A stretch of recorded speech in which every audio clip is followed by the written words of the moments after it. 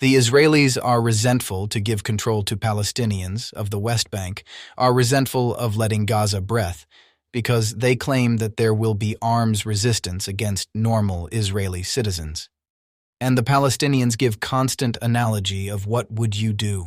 If someone breaks into your home, would you say, let's make peace because you let me keep the bedroom and you have the rest of the home, or you fight till the intruder leaves the home entirely?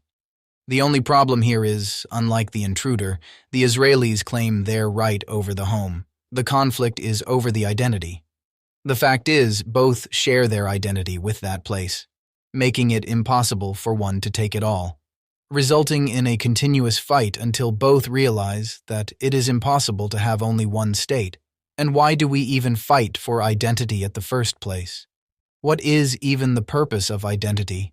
It is nothing but a man-made concept for the man to help him live his life better. It helps in providing a continuation of who you were yesterday, who you are today, and what you will be tomorrow. It kind of provides you with a backbone, a framework to live your life. But again, it exists to help you, the human being. A human being does not exist to help identity. Identity exists to help human being. If the Israelis, back in the 1800s, had cared more about the human behind the Jew, they should have instead marched for policies, social changes, secularism in their own respective countries, instead of opting for the Zionist movement to make a new country altogether. After all, didn't the Jews suffer in Israel due to constant terror attacks? With all their wealth and power, they could have let the Palestinians live their lives peacefully and could have themselves lived and prospered peacefully in Europe. After all, didn't Europe become like the most progressive, religiously tolerant continent for everyone over the years to come? And even after the Zionist movement took place and the Israel state was formed, if the Palestinians had made the same decision to think about the human behind the Palestinians, they should have opted for a more nationalistic movement to gain the support of the entire world, rather than going for the radical Islamic Jihad movement. What good did the hijacking of planes, killing and bombing of civilians and athletes brought to Palestine rather than hate, death, and despair? Keeping all the mistakes by both the sides aside, Israelis have now built one of the most technologically advanced nation on the planet. It isn't a colony of the Jews like India was for Britain. All the resources and wealth were extracted from India and went to the other side of the world to the Britain. Britain had no history with India. The Britisher didn't originate from India to have any say over India.